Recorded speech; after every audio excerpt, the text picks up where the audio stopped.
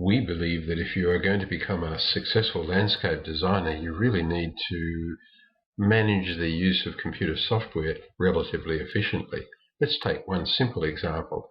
If you were trying to find a particular plant for a particular locality, you might visit your favorite plant database, and here I'm looking at one of them, and you might be able to scroll through, for the sake of argument, some small trees, and you click on crepe myrtle and you can zoom in on it and read a little about it. You can see the keywords are deciduous, coastal, pink, and so on. So that's fine, that's just scrolling through and relying on your memory, but you can use an advanced search and search by keyword. So you could go coastal and pink, and that should whip through all of the entries in the database that match those criteria. So we'll click search, and up pops in fact just the crepe myrtle, which can be used in coastal areas and is hardy and tolerates salt wind and is deciduous and in fact has pink flowers. So learning to use a database such as this, and this is only one of many, is a really key important thing in your learning.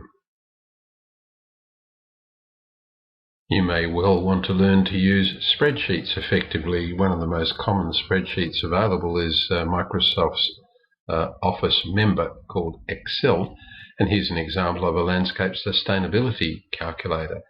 What this spreadsheet attempts to do is to get you to work through in a logical sequence and make assessments of, in this case, the percentage of the site that's got a permeable surface, maybe 75%, and on a scale of 1 to 10, a site with no hard surfaces would rate 10 because water will permeate through. A site where 90% of the site consists of hard surfaces might rate a 1. That'll be dependent on other issues, such as things like species selection. Has the designer, namely you, thought carefully about matching the species to the climate of the site?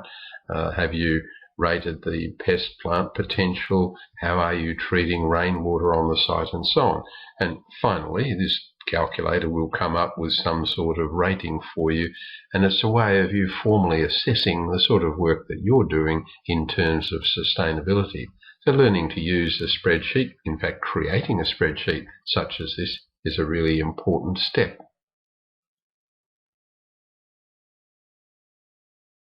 Of course, Excel really shines when it's manipulating numbers, and it's an unfortunate fact of life, but you have to manage your money, and in Australia we have to fill out a business activity statement. So I use Excel to help me do just that.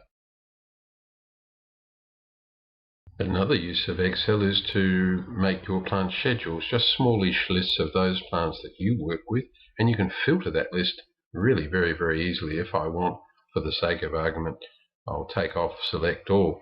I want my large trees and medium shrubs, for the sake of argument, listed, and then I'd want them in order of sorted from A to Z in terms of botanical names. There's my species list, all together with a code, a 4-letter code or 5-letter code that I use when marking them on a plan.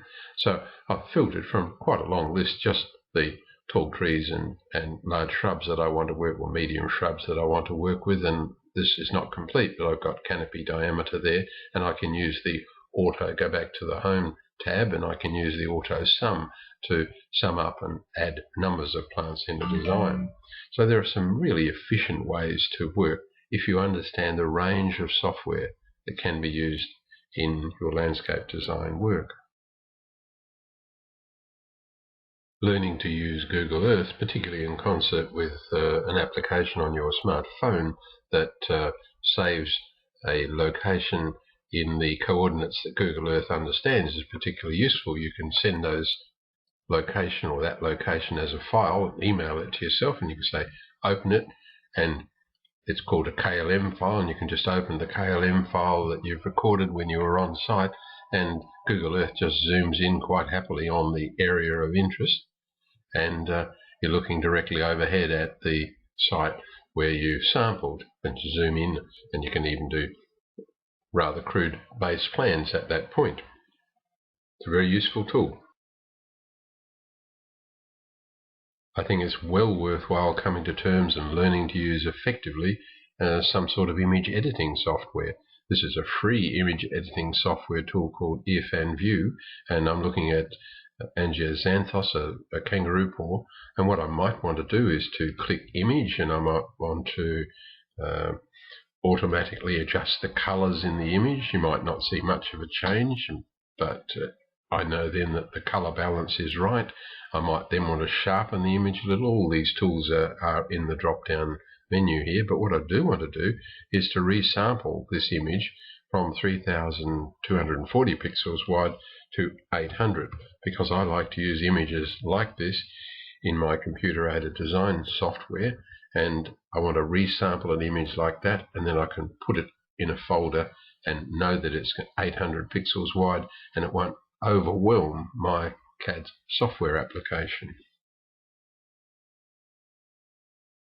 Many landscape designers find that they need to master the creation and maintenance of web pages. Here's one example from Paul Jackson Gardens. So you can go to his gallery and scroll down the page and see examples of some of the work that he's done. I presume if I click, no, not on the photo, click here, I can view some more images based on this site.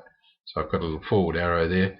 So now I'm looking at some images that show a potential user of his services the style of work that he's doing, and it's a very important marketing tool for landscape designers. So it's yet another software tool that you need to master, and the tools that enable you to create websites are open source, that is, they're free. You just have to learn to use them.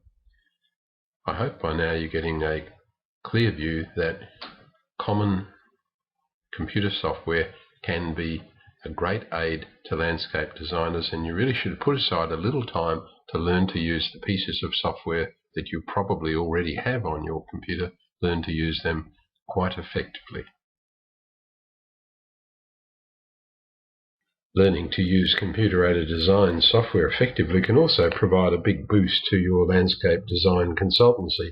Here we're looking at a computer-aided design for a courtyard. It happens to be square, and there's a curving path running through here.